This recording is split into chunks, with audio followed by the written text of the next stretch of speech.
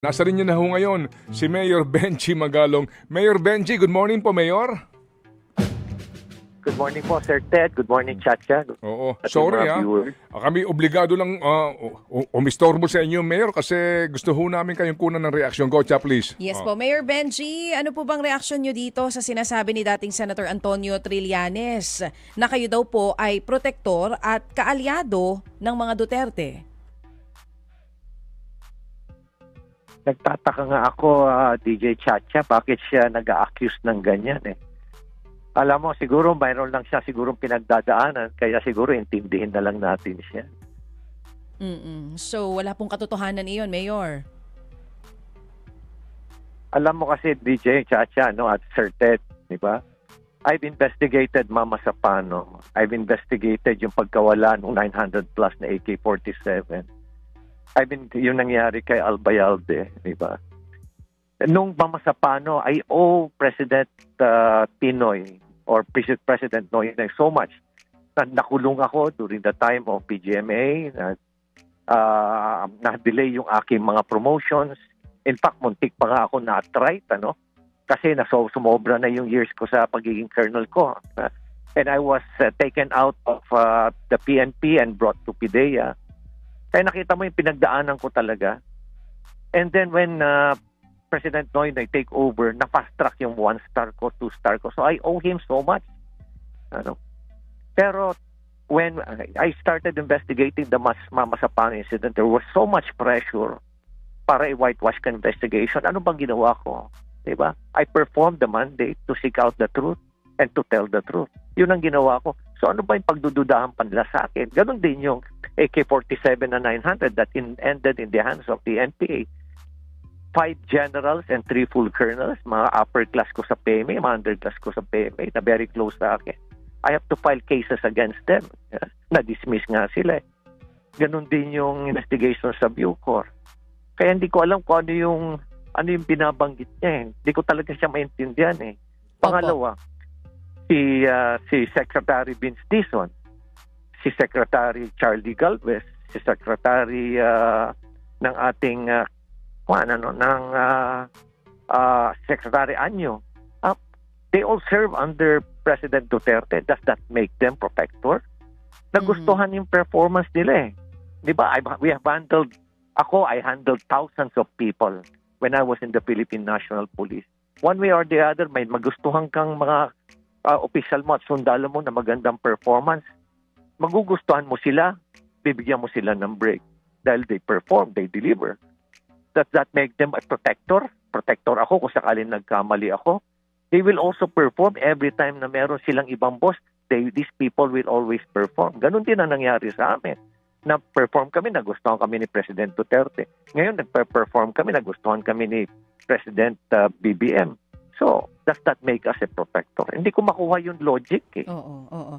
Mayor Benji, may binabanggit po dito si dating Senator Antonio Trillanes. Sinasabi po niya, una, sinuportahan niyo daw po sa eleksyon si Senator Bongo. Pangalawa, sinasabi niya rin po na 2022 niyo pa daw po alam itong issue sa flood control. Bakit daw po ngayon niyo lamang ito isiniwalat? Yun po yung sinasabi niya. Dahil daw po ba kaalyado kayo o takot kayo sa mga Duterte? Alin daw po ba doon? Anong sagot niyo po dito? Hindi ko siya maintindihan din eh. Ako nga, nagulat nga ako dyan sa flood control kasi sa Cordillera kasi, halos walang flood control eh.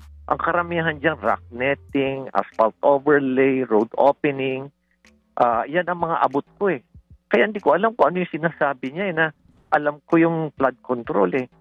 Oo. Alam mo, sabi ko nga eh, pero nagsisinungaling eh. Mayor, pero definitely hindi ako nagsisinungaling dito. Oo, banggitin ko lang po kasi merong isang incident na sinabi din po actually nitong si dating Senator Antonio Trillanes na nung 2022 nyo pa rin daw po alam yung tungkol dun sa rock netting scam, not just flood control. Doon po, anong tugon nyo? Tsaka yung sinasabi niya na sinuportahan nyo nga daw po si Bongo last election. Totoo din po ba yon? Oh, what does it have to do with the rock netting? Yes, I supported Senator Bongo kasi ang laki na naitulong nila sa amin during the pandemic. Hindi ba kung ikaw mayor, kung sino ng mga nakatulong sa'yo na every time na may nangangailangan ka, patas tumawag ka, ang bilis ng suporta. Hindi kaya susuporta ka rin sa kanila?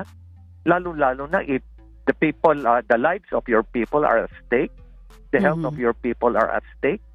Tapos bawat tawag mo lang in the same day, di-deliver ka agad. Ano na lang yung tatalikuran ko ba sila? Paski na meron silang, people are not perfect. In the same manner na kami rin naman, di naman kami perfect. Kaya hindi ko maintindihan talaga kung bakit gano'n ang mga salita niya. Kaya nga sabi ko, itindihin ko na lang. May pinagdadaanan lang siguro. Unang-una, wala naman akong issue sa kanila. Hindi ko naman siya binabanggit. Then suddenly, bigla nila akong binabanatan. Ayoko na lang mag-comment. Na lang. Alam mo, take the high ground na lang tayo. Mayor, kaya nga po napaka-importante rin na kahit paano mapakinggan po ng bayan ang inyo pong panig dito po sa isyong ito na ipinupukol ni former Senator. So ngayon po na kayo ay isa na po sa mga advisor nito hong ICI na ito bilang patunay dito po sa sinasabi ni Senator Trillanes na kayo ay protector ng mga Duterte.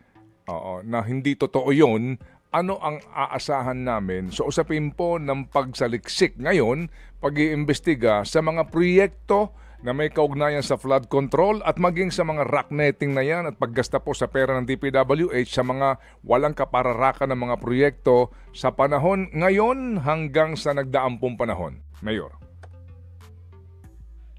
Sir Ted, alam niyo naman siguro yung sa loobin ko. Kilala niyo po ako kung saan po ako, ano yung pinagdaanan ko since Philippine National Police. When I set my sights on something, I make sure that there will always be an end game. May closure ho yan. Tuloy-tuloy ho yung pakikipaglaban ko ho yan. Kaya nga siguro nailagay ho na talaga ho akong special advisor para ho sa infrastruktura. Ibig sabihin, hindi lang ho limited sa flood control. Nandyan ho lahat yan. Nandyan ho yung cast aisle, solar lights, rock netting, asphalt overlay, kung ano-ano pa ho dyan.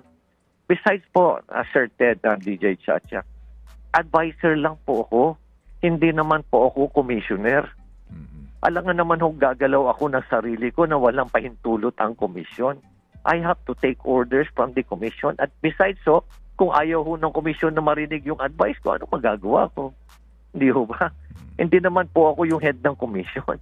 Advisor lang po ako. Kaya hindi ko rin ho maintindihan talaga Opo. So sa ngayon po, Mayor, meron na ba sa inyo ugnayan kahit di pa ho? Kasi ngayon, just today, na-appoint na po yung chairman, si former Associate Justice, pangalan nito, itong kaka-appoint lamang, itong si...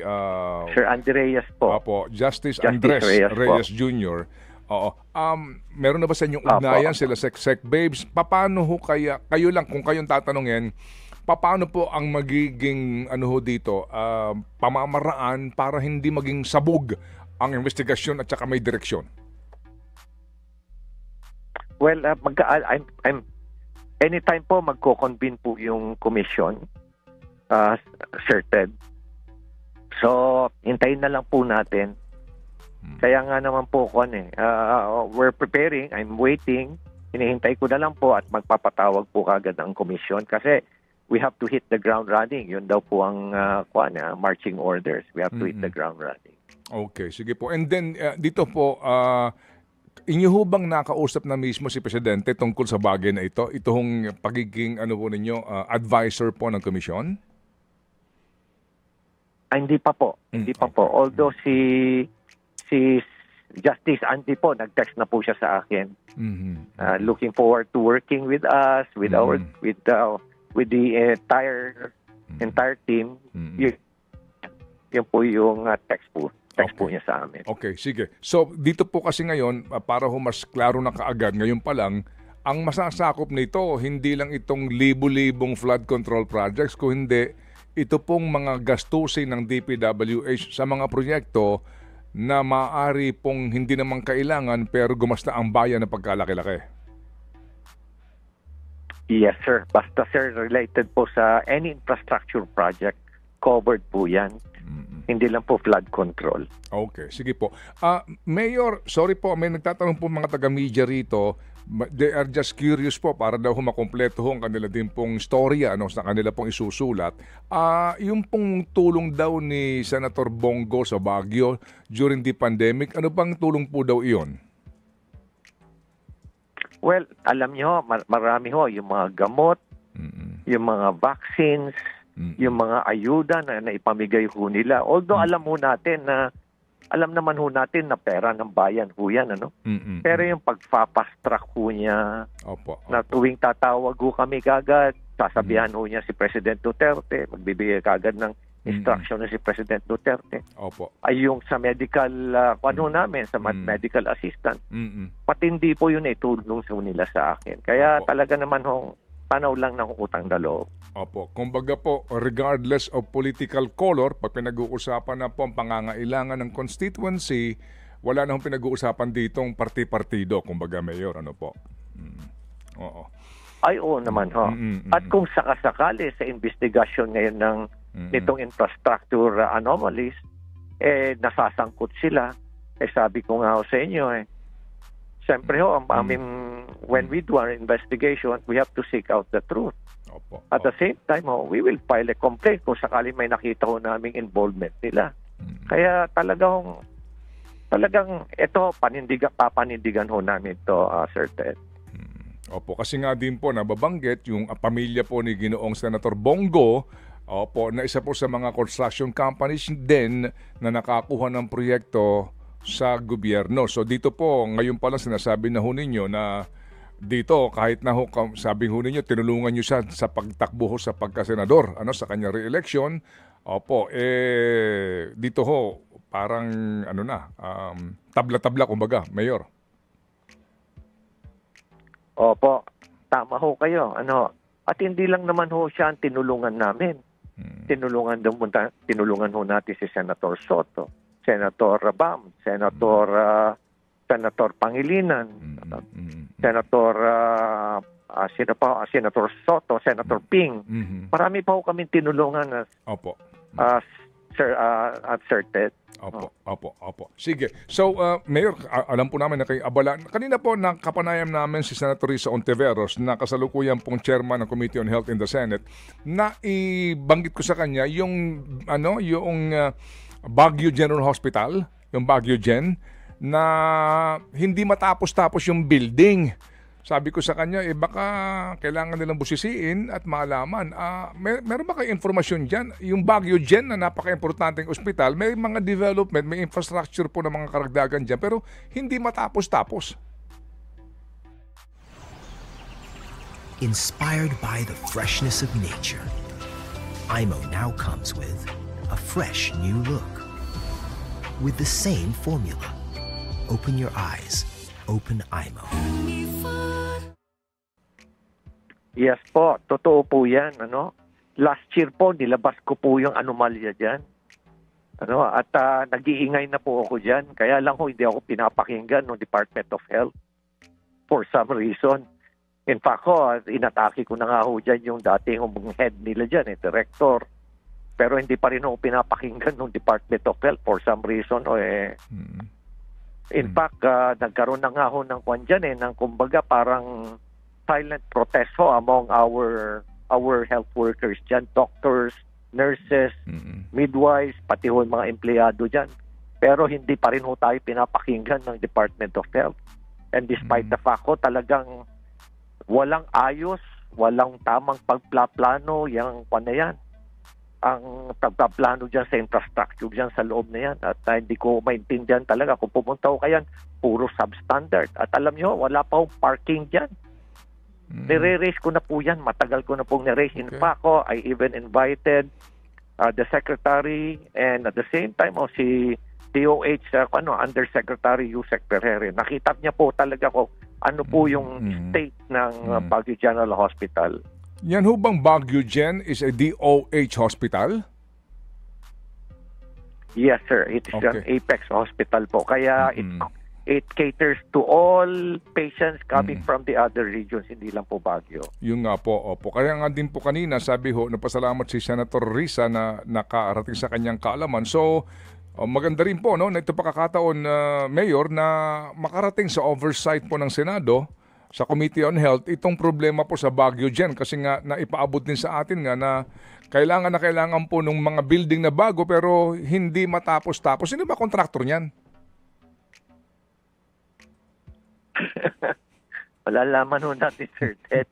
Malalaman ho natin. Pero malamang ho, may politiko na naman dyan Okay. na involved dyan. O sige, so magkakaalaman po siguro nga tayo kung siseryosohin po ni Senator Risa yung kanya sinasabi na aalamin niya itong punot dulo kung bakit po hindi matapos-tapos yung konstruksyon po ng development ng Baguio dyan. Sige, so salamat po Mayor at muli kaming gagambala sa inyo kung kinakailangan para lang ho magkapag-report kayo sa bayan. Salamat po Mayor, ingat po.